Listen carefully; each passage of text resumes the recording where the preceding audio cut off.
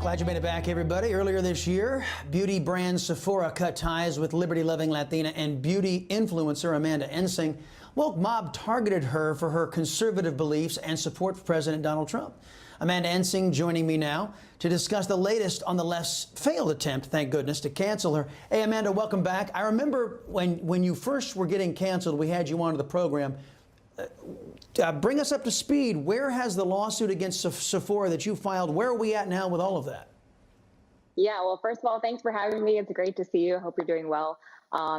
We just filed this complaint last week here in Nashville, so we are not going to stop until an example is made and to prove that cancel culture is a cancer of our society. So we're going at it.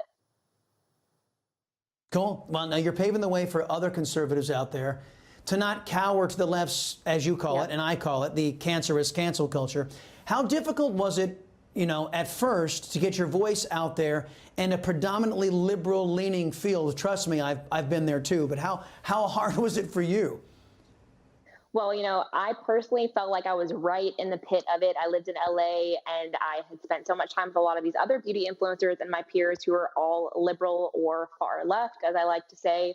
But it was hard at first because I watched conservative views and President Trump be just bashed all year last year. And I was quiet and I said, love your neighbor, like educate yourself. And I just felt like it was time to speak up. And I was like, this can't happen anymore. And when I started talking about my conservative views, all of the tolerance and inclusivity just disappeared, vanished overnight. And all of a sudden it was, well, we only include you if you believe in our liberal agenda and our liberal views. So at first it was very difficult. I'm not going to lie. I got a lot of hate.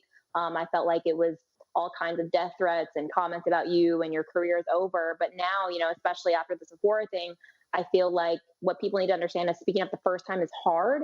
But if you keep standing your ground and holding firm, they can't cancel your voice. We live in America. This is a free country. And I'm not just fighting for myself, but the freedom of everyone's voice and fighting for other conservatives who have been discriminated against in the same kind of way. Let me ask you something, because this has happened to me several times, and I'm curious if this is your experience. Some of the most racist people I have met in my life have been left-wingers, have been liberals who don't like it that I don't carry, as you describe it, their liberal agenda. I would call it a Marxist agenda, but they so don't like me and my conservative black friends who don't live on their plantation. They take such offense to us in particular. Has that been your experience too? Because I got to tell you, I can count actually on one finger. I've only run across one conservative in my entire life who could even be considered racist. The rest of them are all liberals. Yeah, I mean, my experience was pretty similar to yours. The whole thing is Marxist. It's totalitarianism. It's a communist way of thinking to cancel every voice that doesn't sound like yours. And once I started speaking on my conservative views, all of a sudden, you're not Latina anymore. Latinas don't claim you, or you're homophobic, you're racist, every name in the book, you're a white supremacist. And I noticed myself that a lot of influencers and people that were coming after me were talking about my looks and my heritage, my ethnicity. And they were making racist remarks towards me, but because they're liberal, it's fine. You know what I mean? It's such a double standard of they call us racist, but they're saying racist things to us and other people because we are free thinkers, because we don't go with the propaganda, because we dare to think for ourselves and question the narrative.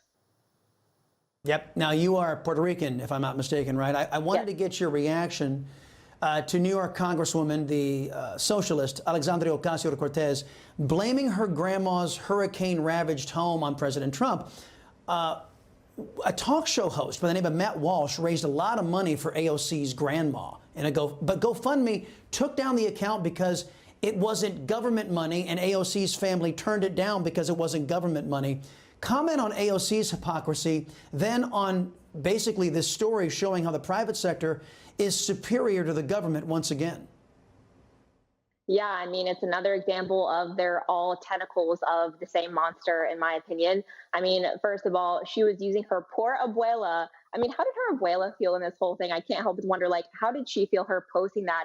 And Trump lives rent free in these people's minds. They blame someone who is not in the White House. They blame nothing on this current administration. And it's just another example of AOC doesn't want charity money. She wants our tax dollars. And I just couldn't believe that they raised all this money and then they have the nerve to decline it, to decline a good deed. Like, on what grounds are you declining this? Because it comes from someone who doesn't agree with your political views. I mean, she was clearly pandering, trying to get some sympathy when she has a Tesla and 2 apartments. It was just absurd and a good laugh. I loved that Matt Walsh and they did that. I thought it was great. It was awesome.